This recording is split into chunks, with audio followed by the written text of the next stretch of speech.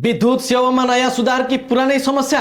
यस्तो छ भरतपुर वितरण केन्द्रको स्पष्ट जवाब। विद्युत बिना अहिलेको जीवन कल्पना पनि गर्न सकिँदैन। तर सेवा अवरुद्ध हुँदा, नयाँ मिटर जडानमा ढिलाइ हुँदा, लाइन विस्तारको माग पुरा नहुँदा वा वर्षायाममा पटक पटक विद्युत जाने समस्या हुँदा सेवाग्राहीका गुनासो पनि उत्तिकै सुनिन्छन्। यता नेपाल विद्युत प्राधिकरण भरतपुर वितरण केन्द्र भने सेवा प्रवाहलाई थप सहज, भरपर्दो र प्रभावकारी बनाउन विभिन्न सुधारका कामहरू भइरहेको बताउँछ। आखिर पछिल्लो समय के कस्ता काम भइरहेका छन्? सेवाग्राहीका गुनासो कसरी सम्बोधन भइरहेका छन्? आगामी योजना के छन्?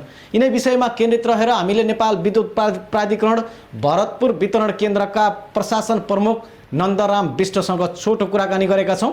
आउनुहोस् एकैछिन यो सुन्नुहोस्। स्वागत छ सरलाई A to Z विशेषमा। धन्यवाद, नमस्कार। के छ अहिले पछिल्लो समय के गर्दै हुनुहुन्छ तपाईँहरू भरतपुर नेपाल विद्युत प्राधिकरण भरतपुर विद्युत कार्यालयले चाहिँ? सर, हामी नेपाल विद्युत प्राधिकरण भरतपुर वितरण केन्द्रले नेपाल विद्युत प्राधिकरण भरतपुर वितरण केन्द्रको क्षेत्राधिकारभित्र पर्ने सेवाग्राहीहरूको चाहिँ आवश्यकतालाई महसुस गरेर यहाँ विद्युत प्राधिकरणले दिनुपर्ने सेवाहरू द्रुत गतिमा दिने प्रयत्न हामी चाहिँ गरिरहेका छौँ। नेपाल विद्युत प्राधिकरणमा रहेका सबै समस्याको समाधान गर्ने प्रयत्न हामी गर्ने गरी हाम्रो प्राविधिक टिम सायद 24 घण्टा हामी ड्युटीमा प्राविधिक टिम खटेर चाहिँ भरतपुरमा देखिएको ओभरलोडको समस्या, अब विभिन्न समयमा ट्रान्सफर्मरहरू जल्ने समस्या, अनि त्यसपछि तपाईँको पहिलाका पुराना विद्युतीय संरचनाहरूलाई सुधार गर्नुपर्ने चाहिँ आवश्यकताहरू र जहाँ विद्युत सुविधा पुगेको छैन त्यो विद्युत सुविधा नपुगेका क्षेत्रहरूमा विद्युत लाइन विस्तारका क्रियाकलापहरू पनि गर्दै निरन्तरताका साथ अगाडि बढ्ने गरिरहेका छौँ सर। अहिले जस्तो यो असार मसान्तदेखि लागू हुने गरी त्यो भ्याट जुन लागू हुने गरी सञ्चालनमा ल्याउने भनेर अहिलेको सरकारले जुन सार्वजनिक गरेको थियो, अहिले पछिल्लो समय त्यो फेरि रोकिएको भन्ने कुराहरू आइरहेछ। तपाईँहरूकोमा चाहिँ त्यो सूचना कसरी सम्प्रेषण भइरहेको छ? आम नागरिकलाई कसरी बुझाउनुहुन्छ यो विषयमा?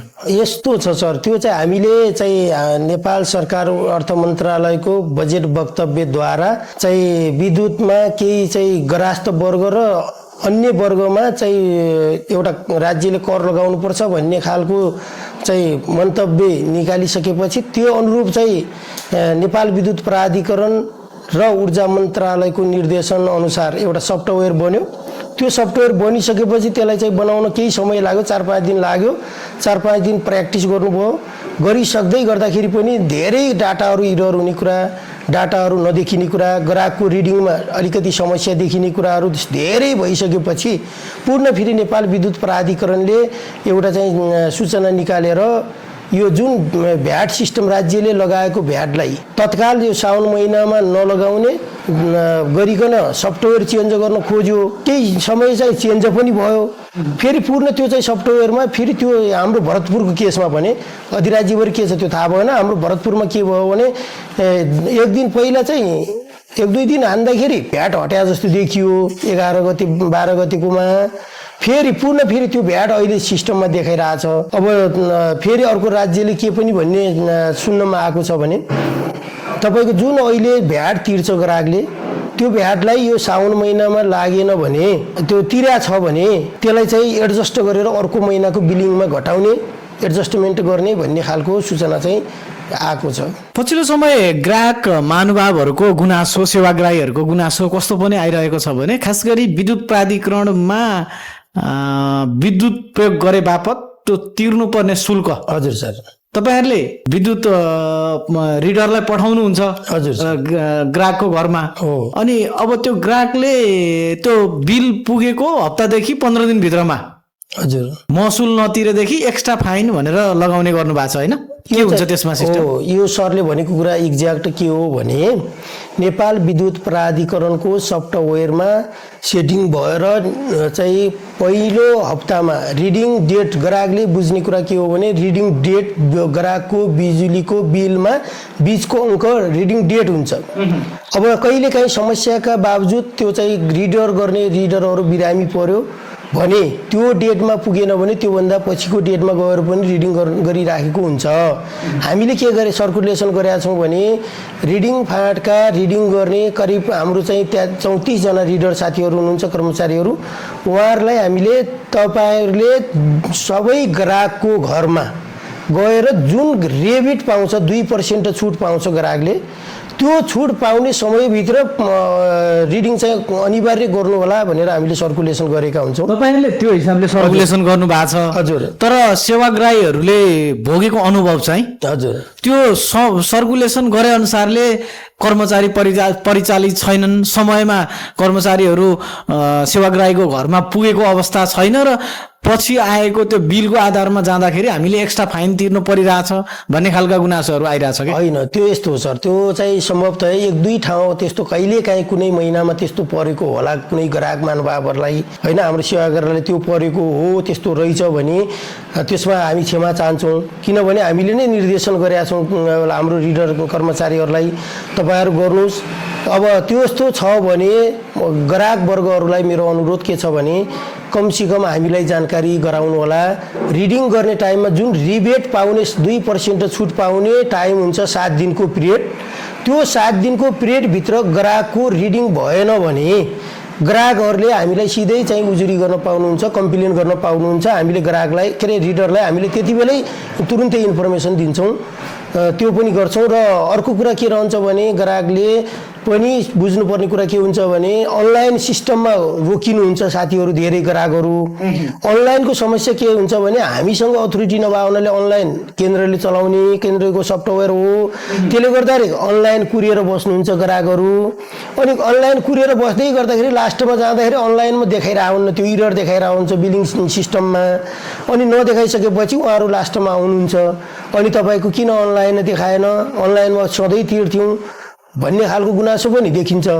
त्यो गुनासो गर्ने ग्राहकहरूलाई मेरो आग्रह के हुन्छ भने यदि चाहिँ रिबेट पाउने 7 दिनको टाइमभित्र अनलाइनमा पनि देखिएन, रिडिङ पनि भएन भने अहिले त यति सचेत ग्राहकहरू हुनुहुन्छ, होइन, सचेत सेवाग्राहीहरूले के गर्नुपर्छ भने विद्युत प्राधिकरणमा अङ्क हेरेर ल नेपाल विद्युत प्राधिकरणको हाम्रो एउटा चाहिँ लास्ट 82 नम्बर गरेको ग्राहकको सबै बिलमा प्रिन्टेड नम्बर छ, त्यो मिटर रिडिङ फाँटको, त्यो रिडिङ फाँटमा फोन गरेर मेरो चाहिँ नि रिडिङ भएन अथवा चाहिँ मेरो अङ्क देखाएन, मेरो युनिट देखाएन भनेर त्यहाँ चाहिँ गर्नुभयो भने तुरुन्तै तत्कालै फोन गर्ने बित्तिकै सरहरूले तलबाट अपडेट गरिदिनुहुन्छ।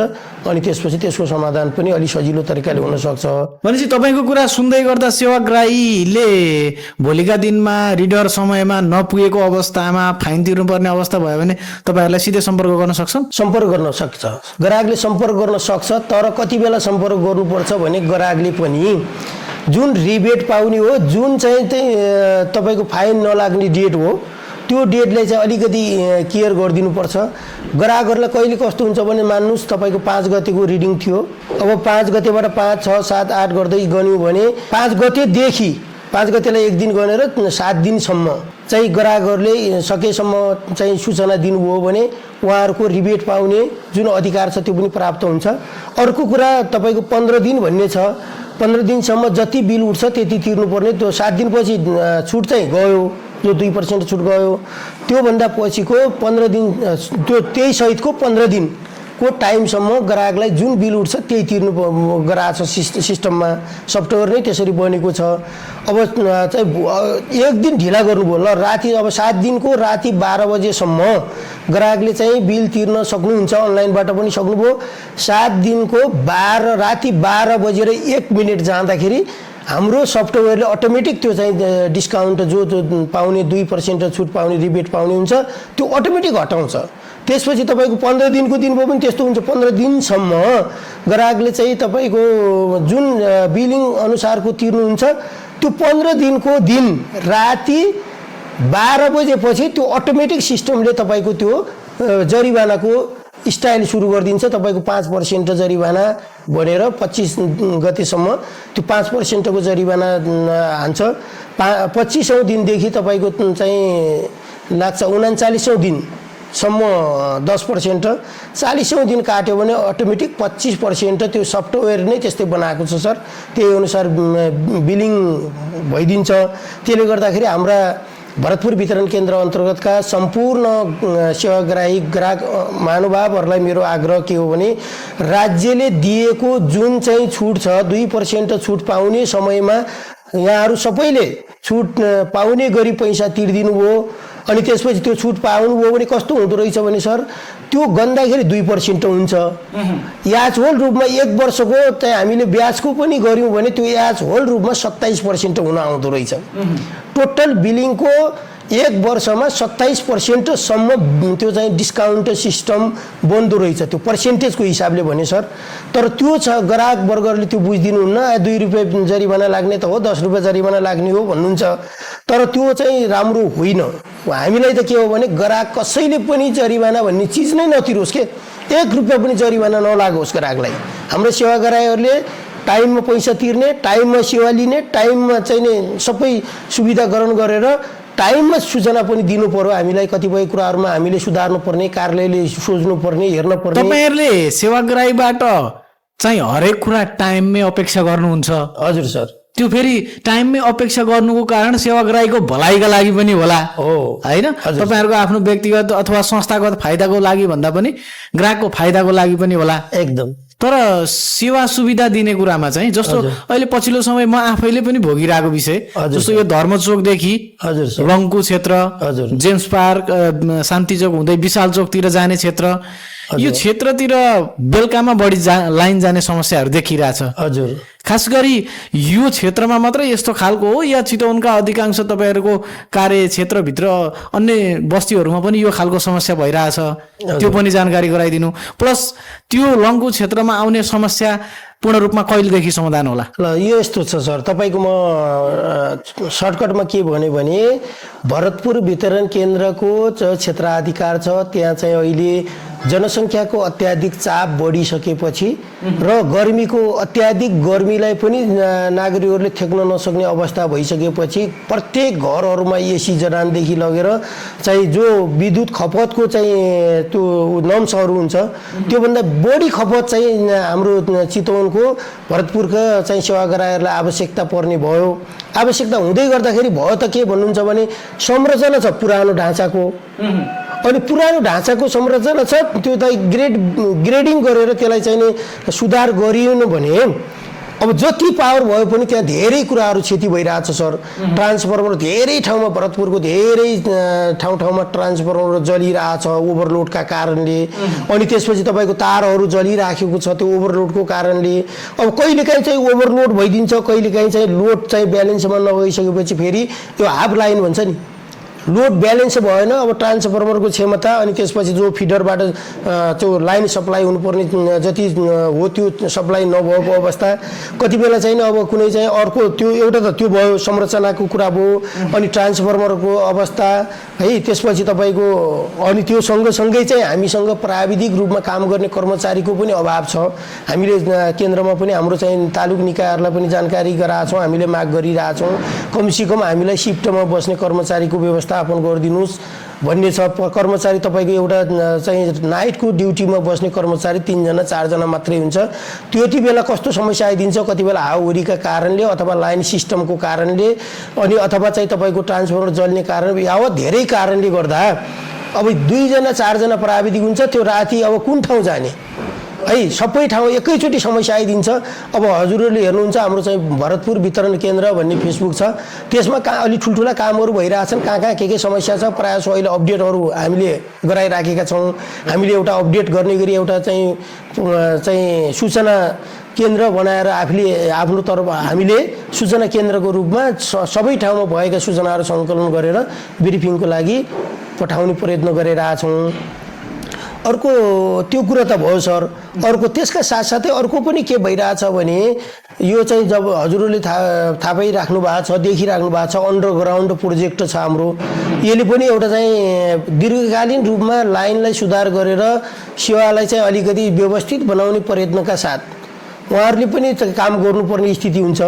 जुन रुटमा उहाँहरूले काम गर्दै हुनुहुन्छ त्यो रुटमा चाहिँ सटडाउन दिनुपर्ने र लिनुपर्ने बाध्यात्मक अवस्था हुन्छ। अब काम गर्दै गर्दा सटडाउन नलिकन जोखिममा काम गर्न सक्ने अवस्था पनि रहेन।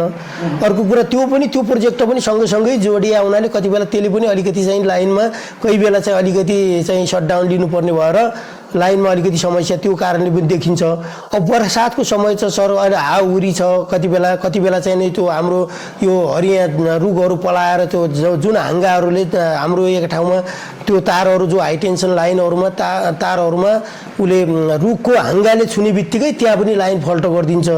अब कतिपय अवस्थामा तपाईँको चराहरू पनि त्यसमा एउटा लाइनमा बस्दियो, त्यति बेला पनि चराकै कारणले पनि कति बेला लाइन फल्ट हुने केस देखिन्छ कुनै केसमा।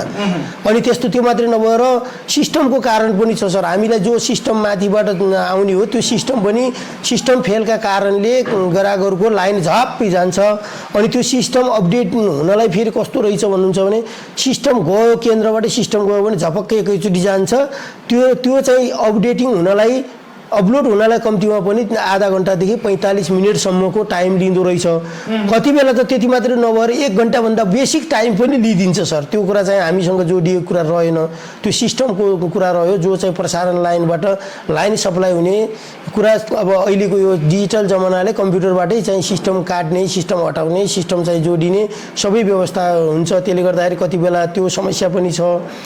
अब अर्को कुरा के पनि छ भने हाम्रो ग्राहकहरूले के गरिदिनुहुन्छ भने कम्प्लेन भरतपुर वितरण केन्द्रमा आएर टिपाउने चलन चाहिँ कम गर्नुहुन्छ है सर। अर्को चाहिँ के गरिदिनुहुन्छ भने उहाँहरू सबैले मेरो चाहिँ हाम्रो भरतपुर वितरण केन्द्रका सम्पूर्ण ग्राहक महानुभावहरूलाई मेरो के अनुरोध के छ भने भरतपुर विशेष गरी मैले थोरै जोड्न चाहे, हामी यो बसाइ र यो कुराकानीको अन्त्यतिर पनि छौँ।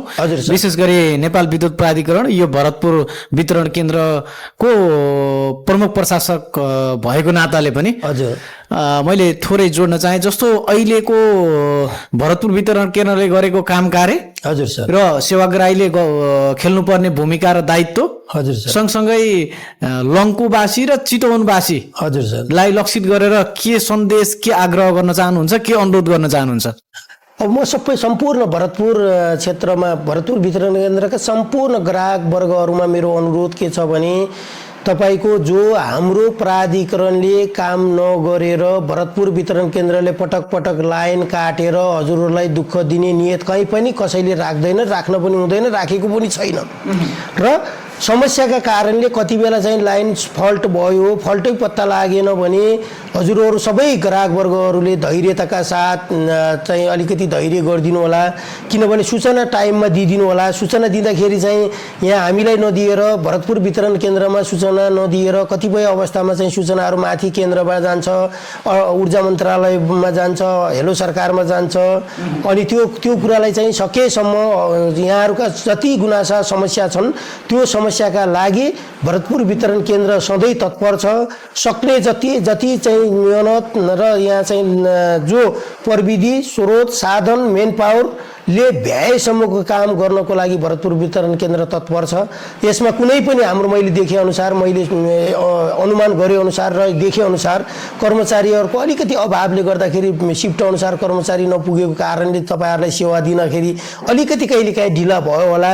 र सबै साथीहरूलाई चाहिँ मेरो आग्रह छ अपग्रेडिङको पाटोमा, सुधारको पाटोमा जाँदै गर्दा अहिले तपाईँहरूलाई 1 मिनेट 1 घन्टा ढिला हुँदै गर्दाखेरि पनि दीर्घकालीन रूपमा चाहिँ विद्युतको सुधार हुने अपेक्षा हामी सबैले गर्नुपर्छ। र विद्युत प्राधिकरणलाई पनि हजुरहरूले चाहिँ त्यस्ता समस्याहरू देख्नुभयो, कतै आगलागीका घटनाका अथवा कुनै ठाउँमा लाइन फल्टका कुराहरू अथवा कुनै ठाउँमा त्यस्तो ट्रान्सफर्मर जल्ने, तार जल्ने त्यस्ता केसहरू देख्नुभयो भने तुरुन्तै चाहिँ नै विद्युत प्राधिकरणमा खबर गरिदिनु भयो भने हामी सबै त्यसको समाधान गर्ने प्रयास गर्छौं सर। हस्, यो महत्त्वपूर्ण समय दिनुभयो। विशेष गरी यो समय र जानकारीको लागि पनि तपाईलाई विशेष धन्यवाद। धन्यवाद हजुर, नमस्कार। विद्युत सेवा प्रत्येक नागरिकको दैनिक जीवनसँग जोडिएको विषय हो। त्यसैले सेवामा सुधार, आपूर्तिको निरन्तरता, छिटो समस्या समाधान र सेवाग्राही मैत्री व्यवहार केवल प्रतिबद्धतामा सीमित नभई व्यवहारमै अनुभूति हुनुपर्छ। यही अपेक्षा आम नागरिकको पनि हो। हामीले आज प्राधिकरणको धारणा प्रस्तुत गर्यौं।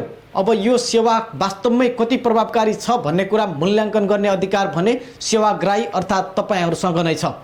तपाईलाई के लाग्छ, भरतपुर वितरण केन्द्रबाट प्रदान भइरहेको सेवाप्रति तपाईहरु कतिको सन्तुष्टि हुनुहुन्छ? विद्युत आपूर्ति, मिटर जडान, बिलिङ, गुनासो व्यवस्थापन र कर्मचारीको सेवाप्रति तपाईहरूको वास्तविक अनुभव कस्तो छ? तपाईहरूको अपेक्षा र सुझाव के छ? आफ्नो धारणा, आफ्नो विचार कमेन्ट बक्समा अवश्य लेख्नुहोस्। A to Z अनलाइन टिभीलाई फलो गर्दै जोडिनुहोस्। म लगायत सम्पूर्ण टिमलाई बिदा दिनुहोस्। नमस्ते।